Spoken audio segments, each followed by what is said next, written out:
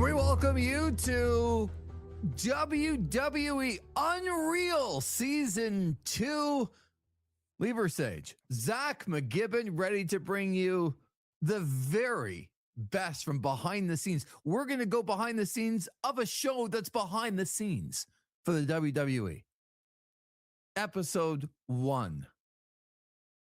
Recap, Lee Versage, Zach McGibbon. Zach, great to talk to you as well. I know that you are more pumped up than Paul Heyman and maybe Colby about this episode 1 coming up. You are jacked up.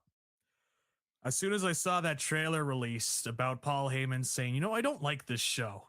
And if there's anybody I know that keeps up the sanctity of kayfabe and making sure that he don't talks to the dirt sheets and it makes sure that everything stays internal and he doesn't reference what the dirt sheets are saying, it's Paul Heyman. Right. So I feel like, once that tone was set in the trailer and also them pushing the ruse of the century. I mean, you and I, we were just fooled on the Seth Rollins fake injury. Yeah. I mean, so totally fooled. I mean, go back to the audio. I mean, we were just so duped, deceived, lied to.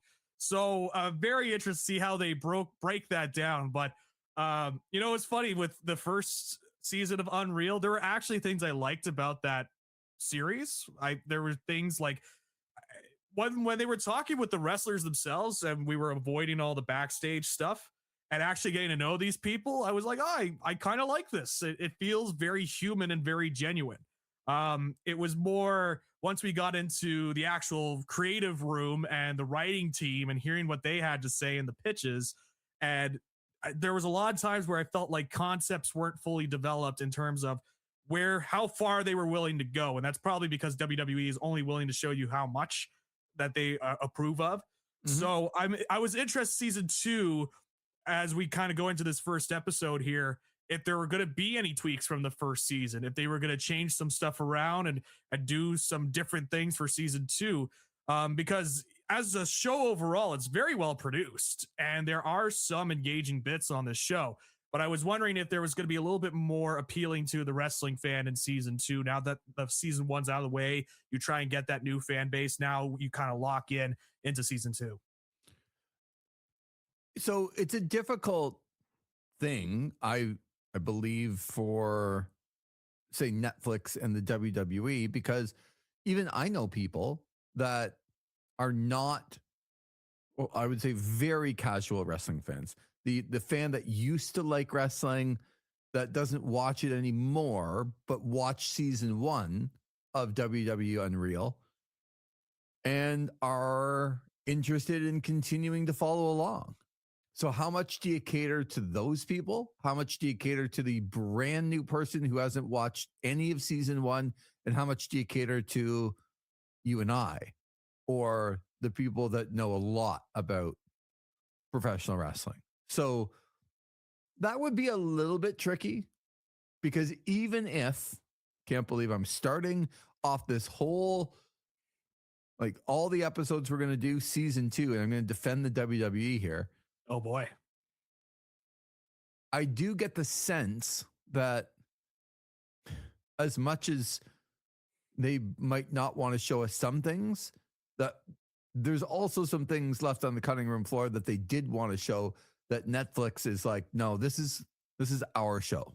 Yep. And we are going to be the ones to decide what's interesting and what's not.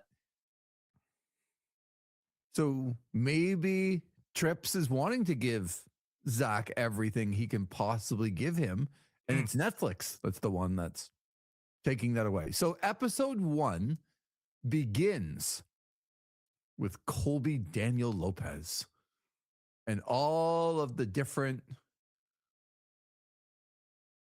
He was Tyler Black. He was God. Taj the Destroyer. I'm forgetting one. Yeah. Is it funny that he's called God? Does that mean his debut was on that Backlash show against Vince and Shane? Is that his official debut in the WWE? Gix. That was the other one. Is the other one. Whoever came up with Gix. I'm glad he got rid of that. Yeah. Yeah. Not a very good ring name. Not a great name. So they do focus initially on Seth Rollins and Becky Lynch, Rebecca Quinn. I understand why they started with them. Do you like the idea of starting with Seth Rollins and Becky Lynch? I understood why they started with them. As they note, obviously it's a wrestling couple, and there is going to be some intrigue from somebody who's like, oh, it's these two are both wrestlers or both of the same company, and they're traveling together, they're married, they have a kid, all that stuff. So it brings a new angle for somebody that's kind of new to the Unreal series, that, oh, this is now a different angle. Now you have the wrestling couple that's backstage, and both of them are bigger stars, comparatively speaking, to a lot of the names on the WWE roster. I guess so. I understand all of that, and it makes sense to me. Just knowing them a little bit, though, they also like to keep a little bit of kayfabe.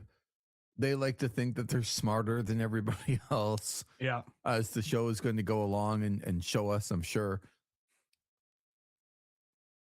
I guess my overall thought before we get into some of the specifics is that I don't know how much we really kind of found out about the people. Like, I know they showed Rue a bunch of times, the kid. But did you find out a lot about Seth Rollins and Becky Lynch, the people in this episode? A little bit for me. I actually liked this part of the episode.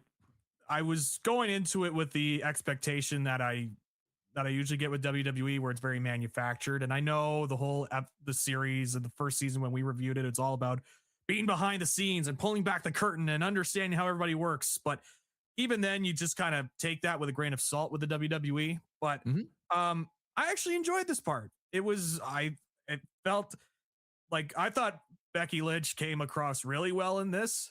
This is the most I've liked Seth Rollins since watching WWE and him in it. Like, a lot of his on-screen stuff just does not land with me as it does for other people, it seems like. So just hearing him talk and hearing him, talk about his career and being in the WWE, I actually felt like I was getting to know him a little bit more. Having said that, though, like, a lot of the stuff is kind of stuff we've heard before, but in terms of like, oh, these two are a couple. In fact, they pushed them on TV together at one point, and for some reason that never really translated onto on-screen stuff. But you see it there, and I'm like, okay, obviously they very much love each other and are a couple and all that. So I enjoyed this part for what it was. I enjoyed, getting to know them a little bit. Again, it wasn't like super extensive, as you mentioned. It wasn't like we weren't visiting Seth Rollins' old gym or anything like that. It's like, this is the ring where I took bumps, my first couple of bumps. It was a bit of a general overview of, this is Seth Rollins. This is what I do. I have a family. Here's my child, sort of deal. Yeah. It was about them now. Yep. I just didn't find it, I guess, connected with me. I didn't find the deep, hey, I really didn't know that. And that's them in their environment. And maybe there's nothing to see because that's just who they are. I mean, I don't know if it's maybe right. Like, maybe they are giving, but I didn't see a ton. So a lot of it focused on, Becky Lynch and her comeback, WrestleMania, finding out that she was going to be Lyra's partner. I wish we got a little bit more of the bond that she had with Lyra, like before. We got a little bit from Lyra, but kind of the deeper meaning of what it was like growing up in Ireland and some of the difficulties that Becky would have had and why, it was so difficult, and she did carve a path. I didn't think that was as well explained, because it was just Lyra going, oh, I looked up to her and she carved the path. But you didn't really get to know what that path was for Becky. Like, I know it a little bit. I'm sure you do too, but you didn't get it from this show. No. So if you're a new viewer, you didn't get how difficult it was for Becky Lynch to come up and be that person that Lyra could look up to. You just got told that Lyra was,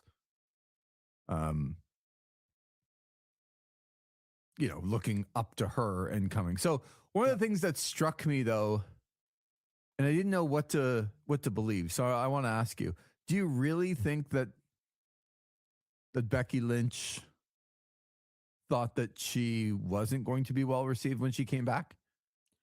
I do believe that. And the reason why I say that is in wrestling for the longest time, you can go back to when CM Punk first left WWE.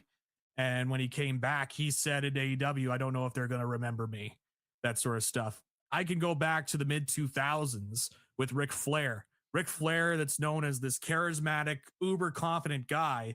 But there was a time in the mid 2000s where this insecurity kind of ran over him and he just did not feel like the same guy. And he felt like that he was somebody from the past. So you'd be shocked to see some of the biggest names that you would kind of associate with being the most confident are usually the ones that are kind of battling the, oh my gosh, like I don't know if they're going to remember me sort of deal. Because that business is built on being over, right? And for the longest time in wrestling, when you're off the road, there is the concern that when you come back, no one will remember you. It's an old territory mindset that still kind of hovers around. WWE had that mindset again with Punk in there as well. So where you can't take time off the road because otherwise you're going to lose your spot sort of deal. So I think that mindset is still prevalent. So I can believe that I think she was kind of overthinking of the no one's going to remember me sort of deal, not get a bigger pop. She was gone 9 months. She wasn't gone 5 years. Exactly. So that's where I had the difficulty with it, where it was like, yeah, no, they're going to remember Becky like 9 months ago. Yeah. 10 months ago. Yeah. I get the mindset that you feel like you might lose your spot to the younger people that are coming up and you might not fit in anymore. Like I understand all of that. But to think that the wrestling fan won't remember you, I don't know. No? Play it up for the cameras a little bit, you think? Well, right. I think that there's some which you talk about. I think it's real. Or unreal in this case. But I don't think it's as much as they kind of want you to think. So then it gets into the creative with Becky and Lyra. I'll just open it to you about what you thought of how the WWE handled the comeback, what happened at WrestleMania, what happened the next night, and, ongoing with Becky Lynch and Lyra. Yeah, it was funny kind of watching that back because it brought me back to when you and I were reviewing a lot of that stuff as it was happening. I actually went back and listened to the Backlash review, which we'll talk about a little bit later because they did also talk about Backlash. And I was interested to hear what we were saying at the time and what they presented on screen. So we'll get to that in the Backlash stuff. But in the case of, the transition from Mania to Raw, where then Becky Lynch turns heel, I wish they kind of delved in deeper into why they made the decisions they made. And it's a central theme. You touched on it earlier where it's like, they told you this, but they really didn't go that much deeper into why this happened and why this was the case. A lot of this episode, this is going to be my general critique, is we didn't really get a lot of why. We just got a lot of, this is how it is. Right. Or as Triple H would say, it's what we do. So we didn't really get the why of it all. So they told you that, okay, we're going to put Becky with Lyra and, these two, they have a connection and all this stuff. So it's going to lead to a big pop at WrestleMania. Then we went immediately to Raw. It's like, well, we needed a program to kind of get them set up. So then we decided that Becky needed to turn heel and we had to do this heel turn. I was like, okay, well, why did you feel that you had to do the heel turn now in this instance instead of doing this long-term program where you then build up to a heel turn? Right? Because when that heel turn happened, it just kind of came out of nowhere. And they did touch upon it on this, which is what I liked, was that Becky was getting so much cheers for beating up Lyra Valkyria. And they touched on it. It's like, that wasn't the reaction that they were going for. But again, it goes back to the why. It's like, they talked about, it's like, oh yeah, it didn't work. It's like, okay, so let's look into the process of like, okay, how do we right this ship is so that we could get the people cheering for Lyra Valkyria. We can get the people booing Becky Lynch how it's supposed to be, but we really didn't get that. They talked about it, but it was more of like, here, see, we're doing something different. We're showing you that not everything is right. It felt like, see, we're giving you the stuff that you want, but not giving us the full depth that we're looking for with stuff. Well, like that. and so this is my exact feeling as well. All of a sudden, Becky Lynch turns heel the next day, and you're like, why? Tell us why she did this. Yep. And the only why that we really got is because they wanted to set up a program with the two women from Ireland, and they thought that it could work. But that's not enough. Yeah. I don't know if it's enough for the casual fan. Like, no. It's not enough for me and you, but I didn't get this at all. And I really thought that this was the first kind of insight to maybe they're just not as smart as they tell you that they are. Yeah. How could you have not seen, like, I thought the best person in this was Lyra. Yep. Because Lyra was sitting there talking about, yeah, like, I totally get it. I haven't made the connection with the people. Becky Lynch has been over for a long time. And she's absolutely right. Yeah. Why would people in this world, if we like to cheer bad people anyway, we like to cheer the bad guy, cheer the bad girl, it's a cool thing to do. Mm-hmm. But more importantly, Becky Lynch has been around for 10 years at that point. Lyra just got here. Why would you ever think that everyone's going to boo Becky? I just thought that this was a little bit of insight into like a major misstep. How could they have not seen that coming? And Becky Lynch goes back at one more time, and then she goes back in to do it one more time so they can cheer more. Like, what are you doing? Yeah. That's not what the bad guy does. The bad guy doesn't listen to the crowd and go and do it again to get more cheers. And then, man, why didn't they boo me? Yeah. I don't know, because when they were cheering you, you went back in and did something that they wanted. What a stupid thing to do. Like, I just thought this was, from all accounts, how they didn't tell us why she was turning heel. And then their expectation that they thought the people were going to cheer Lyra and boo Becky. Why? Yeah. Now, if they showed something like a writer's room section, like part of the episode where we go in the writer's room and they analyze that segment and say, man, we really didn't hit. We underestimated how we overestimated how over Lyra Valkyria was. And then we kind of get a look into their plan to try and get back on track. That would be interesting. That would be genuinely interesting here's a pit stop and what they're trying to do to get over. Right. Here's how they're trying to address it. Like, again, it goes back into, I made the comp in the first season and I'm going to make the comp again, but I go back to Hard Knocks a lot when I'm watching this, where in Hard Knocks, especially the first couple of seasons, you see like they look at this running back and they're like, okay, this running back, if he wants to make the roster, he's got to show more of this. He's got to show more of that. And they show him trying to like get better and get better. But then you have the scene of them like talking about it in the room with all the coaches, like, all right, we're trying to put our roster together. Does this running back have enough to make it? And then they go, well, we don't like the cuts that this running back made. So blah, blah, blah. And then there's the scene. There's like connective tissue to it all, right? There's the why. There's the why. Exactly. Like, that's what Hard Knocks did so well with that is even if you're not a football fan, you can at least go in and say, okay, I can understand the path that's going along here and what they're looking at. With WWE, it was just more, here's the scenario. Oh, well, let's move on to the next one. Right. As opposed to like, absolutely breaking it down. And so that was definitely especially frustrating. And it goes back to sometimes it just, and I always get this with their officials there at WWE, but there's just this feeling, this inherent thought that they just think you're better than you. Well, they think they know more than you, right? Exactly. Like this is what we do. I'm not going to get that out of my head at all. It's what we do. It's what we do. It's all part of the show. This is who we are. There's no time off. There's no vacations here. It's what we do. And then we see a calendar with like dates that they're not working shows, and like it's like this seems kind of off. Yeah. So I actually had a big laugh at the Triple H doing there's no days off. Like it's 24/7.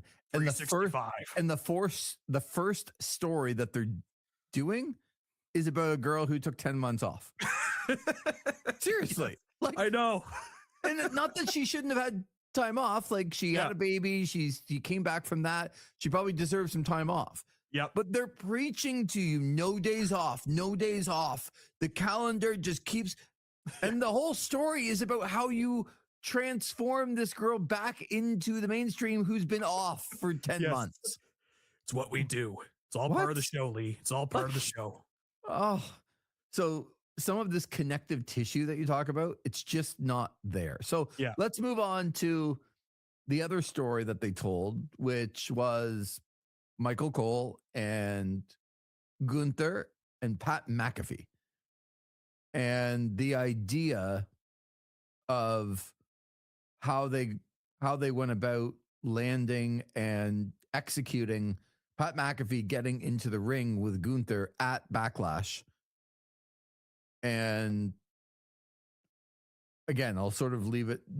Do you think that they told this story well, from like, here's the why of how we came about to go and do this? Not really. Not really. Why does it have to be Pat McAfee? Why does it have to be the color commentator? I know what Triple H said. He's like, for a lot of people, he's the face of the WWE. He's the one that's the first person you see when you tune into WWE programming. So I got that, but it was just kind of like, we're trying to reheat Gunther, right? So what are we going to do? We're going to put him in a feud with the color commentator, right, to get his heat back. And then in order to do that, we're also going to get Michael Cole involved in this. And Michael Cole is also going to be involved in the whole process. Again, a lot of why does it have to be Pat McAfee? Why isn't it anybody else on the roster? What was the decision? If I have no idea about pro wrestling, and I come in and they're talking about, okay, we need to make sure this guy looks really strong. If you were to tell me as a non-wrestling fan, okay, let's do it to the color commentator, like they'd be like, what? Why not another wrestler on the roster? Why you have to go for the announcer? But I understand with Pat McAfee, they explain it's like, oh, he's a former punter, or as Triple H called him, a kicker. And, they talked about like, oh, he has this athletic background and all that. And I got that. But again, not a lot of wide. It's just more like, this is what we do. This is what we do, pal. We're going to, go to this. We're going to do this angle to try and get Gunther over. And then that's going to lead to everything in Backlash. And one of the things too, again, one of the critiques I've had, not necessarily of the show, but of just WWE overall, again, just how overproduced it is. Like, it's just so overproduced.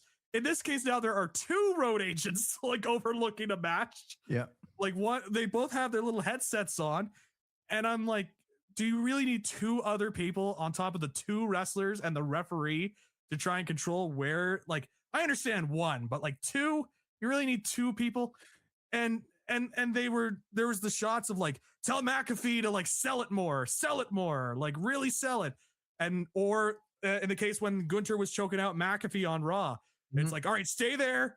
And they just have him locked into this choke, right? It's like, and release, right? Like, just no independent thought. It has to follow this, Right. So I thought that was interesting more than you, I guess. You call it overproduced. With a guy like McAfee, I call it making sure that all your I's are dotted and T's are crossed. Yep. Because even McAfee talked about not knowing, like, oh, I got to stay with it. The camera's still on us. I'm going all the way back. I'm not that good of an actor. Like, I don't know what to do for the next 4 minutes after I've been choked out by Gunther. That part was a bit interesting. And Adam Pearce telling him the camera's still on. And so that stuff is interesting to me. I totally agree with you and go back to the concept of the why. I understand why it was Pat McAfee. You do. Yeah. I But- listened back to the episode when we were covering, and we were both, I think we were in the minority at that time. We were actually looking forward to the match and where it could lead. I remember thinking that was the thing I was looking forward to the most on the show. Yep. I can tell same you here. it wasn't John Cena and Randy Orton. So that wasn't for me. But when I saw that back up on the card, I'm like, oh yeah, I wasn't looking forward to that. Yeah. I remember not looking forward to that. I remember all the run-ins in that match. So- like, oh Lord. But the why, if you're watching this and you're a casual fan, so I'll take someone like my stepmother, massive Pat McAfee fan, and knows the WWE through Pat McAfee, just like Triple H was saying. But why is he the right choice to get Gunther over in that spot? I don't even think the decision was wrong, but you didn't tell us why it was the right idea. Yeah. And that made me like, I just didn't understand it. It's like, I don't, I know And- you want to show Pat McAfee being a part of it and why he's Right. a part of it, but tell us why. Yeah, and another thing, they show that creative meeting where Bruce Pritchard makes the pitch to have McAfee beat Gunther. So, Right? okay, I know. I'm going to bring this up because I love how first of all, Bruce Pritchard. Yeah. I need to get this out too. While it might be true, so I guess you want the behind the scenes, the honesty. While it might be true to say on the air that trying to book Backlash a month out from WrestleMania is a pain in the ass. It's one of your shows you're asking people to pay a lot of money to watch. Yep. Like, okay, they subscribe to Netflix and they get your shows now. Or like, these are shows you're asking them to shell out money specifically to watch, and you're going on the show and saying how much of a pain in the ass it is to work. Like, what the hell? I'm sorry. I would never want that. If I was producing this show, I would never want that out on the air. And I would tell him, even if you think that behind the scenes, you never say that. And if you act like that, you're going to be fired. Yeah. Like, this is one of your 12 biggest shows of the year. Oh, I'm sorry, Bruce. Like, and from this year to Backlash, I think it was a shorter distance than it usually is, but let's give it like a month. Yep. So what you're saying is that you spend so long in these creative meetings for 6 months about WrestleMania that doing one for the next show a month away is a pain in the ass? Seriously, then get someone else in there that cares more than you do. Yep. Oh, it made me so angry. Oh, It really it's did Bruce that. Pritchard for you, though. No, but it made me angry. No, I'm not disagreeing at all. I Zach, just like, let's get, you know what, people to pay $20 an episode to listen to This Is Wrestling and then get on here and say what a pain in the ass it is to have to come up with more content for This Is Wrestling right after we do a big show on WrestleMania. yeah. When you're asking people to pay for the show. Yeah, I just don't understand. Oh, it made me so angry. Yes. Oh, And then, as you point out, and you can talk about this, but sure. last year on season 1, I thought the unsung hero of the whole thing was Ed Koskey. Yep. Voice of reason in a room of just idiocy. Yeah. Idiocy in this writer's room. And I'm sure, I'm looking at Bobby Roode going, I'm sure Bobby Roode wants to scream at Triple H, but he's not because he's a good employee. Yep. I'm going to give him the benefit of the doubt. But Ed Koskey was an unsung hero because he actually was like, what are we doing? And now this year in season 2, there's another guy who I don't know his name there's a guy like sitting in the writer's room that's not Triple H, it's not Bruce Pritchard, it's not Bobby Roode, it's not Ed Koskey, it's just another guy. And I feel like that guy is me or you or like just some rational freaking human that's like, why would we ever have our color commentator beat Gunther? Why would we do that? Because even if Triple H is like, well, if we did, then we just heat Gunther right back up. And the guy's like, yeah. And as we're heating Gunther back up, he's coming out. He's coming out. Even if we heat him up like in May or June, he's still going to come out, and McAfee's still going to be the announcer, and the color commentator is still going to go, yeah, I beat that guy. Yeah. Which is a great point. No, but that was a great, and again, I'm watching the first episode of season 2 going, another unsung hero. I'll have to even try to go back and find his name, but he's the only rational damn person they have. Yeah. Well, I was more annoyed with Pritchard being like, God, like, it's just so predictable if it's Gunther beating McAfee. Like, it's just so predictable. I'm like, well, why would you book it then? Like, I'm just sitting there like, why would you book it? Like, there's 7 or 8 of you in that room. It's like not one person raised their hand and said, you know what, guys, I think it's a little too predictable if we have Gunther beat Pat McAfee. And now you're complaining about it being too predictable after you're weeks into your program? And so Pritchard going in there and saying, it's just so predictable if we just move forward with like, let's just go with McAfee here, just to change it up and whatnot. It's just like I understand, like, in an environment like that, you're supposed to like throw out ideas as much as you can so that the literal definition of throwing crap at the wall and see what sticks, right? I understand that, but it seems like there's a consistent person in those rooms that constantly gives out bad ideas. It's like, maybe we should not have that person in the room, but instead it's the guy that's been there for 1,000 years of Bruce Pritchard, who's somehow still there. I still can't. The fact that I'm talking to you today, Lee, and talking about Bruce Pritchard's contributions to the creative team in 2026 is baffling to me. But I like that whole scene was like, but again, it's what we do, Lee. It's what they do. All part of the show. You must have loved Trips calling him Walter. Oh, it was great. I love that. It's like, at least that's the one thing we have in common there with Paul Levesque, is that I still will call him Walter. So it's like, hey, Walter, come here. It's awesome. So I didn't love those two things at all. I hated the Bruce Pritchard. It's a pain in the ass to book a big show. And then it's like we had one rational human being in this room of brilliance going, yeah, we probably shouldn't have the color commentator beat Gunther. Yeah. Like, imagine being that writing team and having to hear that. It's like 3 a.m.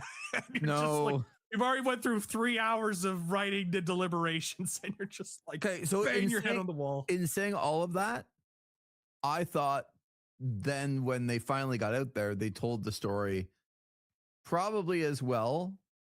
I can't, and you'll have to tell us about the Backlash review. Yep. But I kind of feel right now like they told the story as well as they possibly could with putting Gunther over, having Gunther show a little bit of respect, and having Pat McAfee get over with the crowd for being tough. That is an example of showing behind the scenes how somebody doesn't have to win to get over with the crowd. And I thought they did a good job, and Pat did a good job of showing, like, it wasn't too much ego. It was like, I'm so green, but I am going to be proud of myself, and getting in and taking those chops. And like, the why is when Pat goes on the show the following day and says, and is like bruised for a week and shows people how bad these chops were, it helps the WWE get over with the casual fan to go, yes, it might be choreographed and it might be planned, but man, some of this stuff is very real. It still hurts. and that is the part that they should have focused in on, because that is the why as to why Pat McAfee was there. Yeah, because he was going to get his ass kicked by a legit tough guy.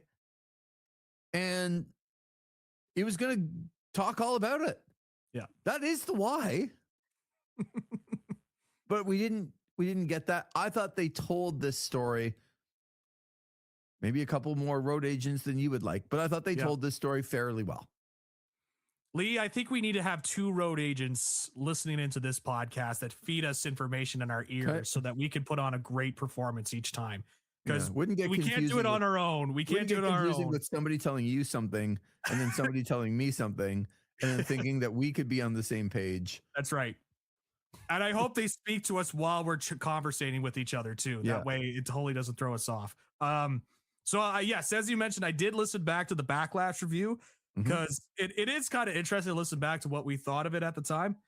So I will tell you this, when I was listening back to the Backlash review, there were moments of, we both liked the work. We both really liked the work. We both said the finish went too long, and we both hated Michael Cole's performance and everything about it, because he was just so overbearing in this, because he was just constantly talking about, come on, Pat, let's go, Pat. You got this, Pat. Blah, blah, blah. Right. All throughout the match. I'm like, you're the play-by-play guy. Like, let's pick your spots. You're in the wrestling business. You should know a thing about picking spots.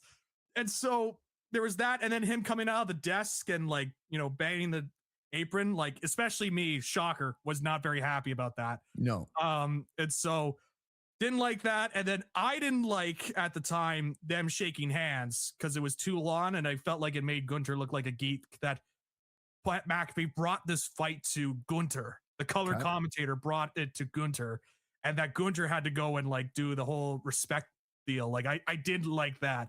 And so so that was the main takeaways from the review. But we both like, why now, though? Do you see why now Gunther should have done that? Or do you still think he should not have? Nah, I still don't think he should have. You don't think, for the bigger picture of where Pat McAfee was going to take it, and how? Well, what else did Pat McAfee do after this? Well, he went back on his show and talked all about it. Yes. Did he do anything on the WWE programming with other wrestlers ever since then? Has he been in a featured match, in a key match? You know, he hasn't. It's like, oh, he gets to talk about the Pat McAfee show. Awesome. Great. We really brought it to Gunter, you know? So, I mean, that was the thing I took away from it. And again, the whole review was, work was pretty good, except the main event, which was the Orton Cena match. The work was pretty all right, but boy, do they overthink these finishes in WWE. Right. was the general consensus, because the other thing with going back to Becky and Lyra. Yeah.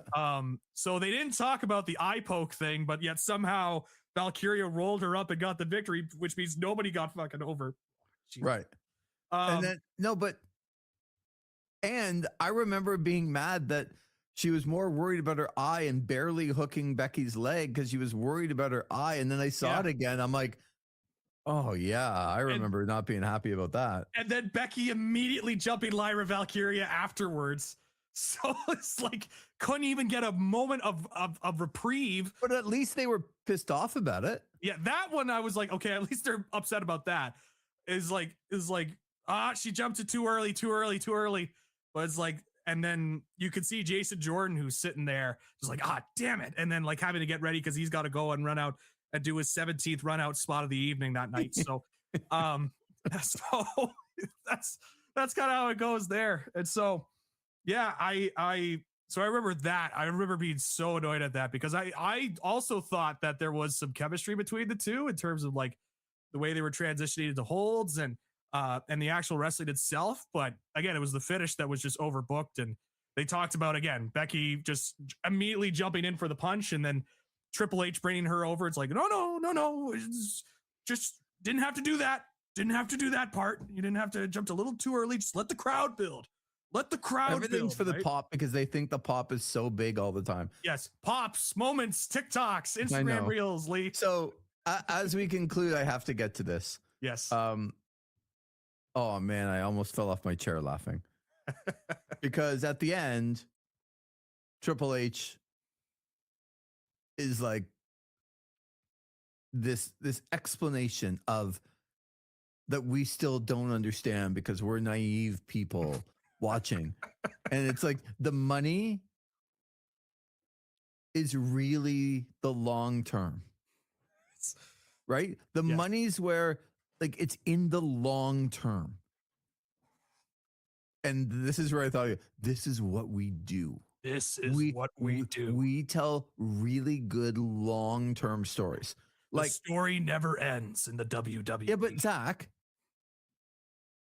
after him saying, like, you have to understand as a viewer Yep. and put the pieces together here. Triple H telling you that it's really the money is in the long-term storytelling. That's what you as a Zach, this is what you don't get. The money is in the long-term storytelling. Now, this is like literally on as they show WrestleMania on the same card that Travis Scott cost Cody Rhodes Yeah. the title from John Cena. Correct. The money is in the long-term storytelling. So Yes. then again, these are things that I just can't let go. Yep. The money is in the long-term storytelling, Zach. How long was it when Becky Lynch came back and then turned on Lyra? 1 day. Okay. Zach, the money is in the long-term storytelling. Yes, that's right. This is what we do. This is what we do, pal. We have no explanation to you why Becky turns on Lyra 1 day after coming back. But the money is in the long-term storytelling. We're a global brand. The long-term storytelling that Gunther loses the title at WrestleMania and we have nothing to do with him. So we're going to put him up against the color commentator because this is a real pain in the ass show to book. Yes. And I don't want to have to book it like 3 weeks later. I think it was 3 weeks this time after WrestleMania because it was shorter. So it's just a pain in the ass for me to book. So why don't we just have him in against the color guy that's got some media, because the money is in the long-term storytelling that they didn't do anything with McAfee after this either. Correct. Zach, this is the stuff that drives me crazy. Okay. So while I agree that the money should be in the long-term storytelling, and you've done that before with the bloodline, you've done that before with some other things, you're literally in a point as you're saying this of the shortest term storytelling you could ever possibly do. Seriously. Yep. Travis Scott, Becky Lynch 1 day, a color commentator because he's on the media. That's a 3-week program that you're doing nothing with afterwards. It is the antithesis of long-term storytelling. But the money's in the long-term storytelling. So anyway, this really raised my ire. Yeah. Because it's just when he speaks, he expects you to believe him because it's him.